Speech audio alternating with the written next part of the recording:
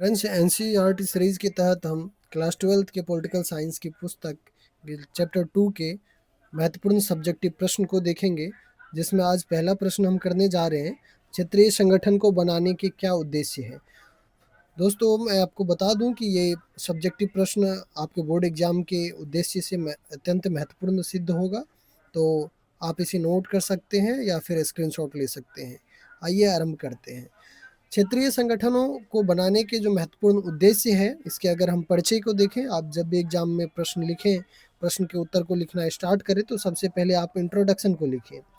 तो इंट्रोडक्शन को हम इस प्रकार से लिख सकते हैं कि आधुनिक अंतर्राष्ट्रीय राजनीति में क्षेत्रीय संगठन जो रीजनल ऑर्गेनाइजेशन है, देशों के बीच सहयोग को बढ़ाने का एक महत्वपूर्ण माध्यम है। आप एग्जाम्पल बता सकते हैं, जैसे यूरोपीय यूनियन, आसियान, सार्क, ये सब क्षेत्रीय संगठन है। ये सभी अपने अपने क्षेत्रों में शांति, विकास और सहयोग को बढ़ाने के लिए बनाए गए थे। इसके अगर हम मेन ऑब्जेक्टिव्स को देखें, जो मुख्य उद्देश्य है वो है शांति और सुरक्षा को बनाए रखना, आर्थिक विकास और सहयोग को बढ़ावा देना, राजनीति सहयोग बढ़ाना, वैश्विक स्तर पर प्रभाव को बढ़ाना, सामाजिक और सांस्कृतिक विकास, संसाधनों का बेहतर उपयोग। तो दोस्तों, आइए इन सब के हम उल्लेख भी करते हैं। तो शांति और सुरक्षा को किस प्रकार से क्षेत्रीय संगठन बढ़ाती है, अगर इस चीज़ को हम देखें, तो क्षेत्रीय संगठनों का प्रमुख उद्देश्य अपने क्षेत्र में संघर्ष और युद्ध को रोकना होता है। सदस्य देश के बीच विवादों को बातचीत से हल किया जाता है और आपसी विश्वास को इससे बढ़ावा मिलता है, और आपसी विश्वास और स्थिरता बढ़ने की वजह से युद्ध की संभावना कम हो जाती है। उदाहरण के लिए आसियान ने, association of south east Asian nation के नाम से इसे जाना जाता है, आसियान ने दक्षिण पूर्व एशिया में स्थिरता बनाए रखने के लिए महत्वपूर्ण भूमिका निभाई है। आसियान में कुल 10 देश हैं, तो इस क्षेत्र में शांति स्थापित करने में इन देशों की महत्वपूर्ण भूमिका है।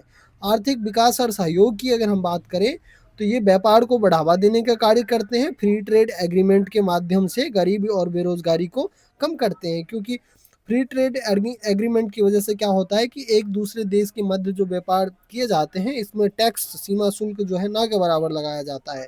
इससे इन देशों के मध्य व्यापार भी बढ़ता है, और इस व्यापार बढ़ने का प्रभाव ये पड़ता है कि देशों में गरीबी और बेरोजगारी कम होता है। साथ ही साथ क्षेत्रीय आर्थिक एकीकरण को बढ़ावा मिलता है। उदाहरण के तौर पे अगर हम देखें, तो यूरोपीय यूनियन ने साझा बाजार यानी कि कॉमन मार्केट बनाकर आर्थिक विकास को तेज किया हुआ। तो अगर राजनीतिक सहयोग को बढ़ाने की अगर हम बात करें, तो देशों के बीच नीति निर्माण में सहयोग और लोकतंत्र और सुशासन को बढ़ावा मिलता है क्षेत्रीय संगठन के माध्यम से।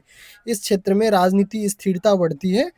साथ ही साथ वैश्विक स्तर पे इनका प्रभाव भी बढ़ता है। वैश्विक स्तर पे छोटे देश मिलकर अपनी आवाज़ को मजबूती से रखते हैं, और अंतर्राष्ट्रीय मंच जैसे कि यूनाइटेड नेशन में इनके प्रभाव दिखाई देते हैं। सार्क देश ने मिलकर के दक्षिण एशिया के मुद्दों को समय समय पे उठाया है। साथ ही साथ अगर हम सामाजिक और सांस्कृतिक विकास की चीज़ों को देखें, तो शिक्षा, स्वास्थ्य और संस्कृति में सहयोग, लोगों के बीच संपर्क और समझ को जो है बढ़ावा मिलता है। संसाधनों का बेहतर उपयोग हो पाता है। प्राकृतिक संसाधनों का साझा उपयोग के माध्यम से तकनीक और ज्ञान का आदान प्रदान जो है बढ़ता है, और इससे विकास के ऊपर में सकारात्मक प्रभाव पड़ता है। अब अगर हम इसके निष्कर्ष को देखें, तो इस प्रकार क्षेत्रीय संगठन देशों के बीच सहयोग, शांति और विकास को बढ़ावा देने का एक प्रभावी माध्यम है। यह न केवल क्षेत्रीय समस्याओं का समाधान करते हैं, बल्कि वैश्विक राजनीति में भी महत्वपूर्ण भूमिका निभाते हैं।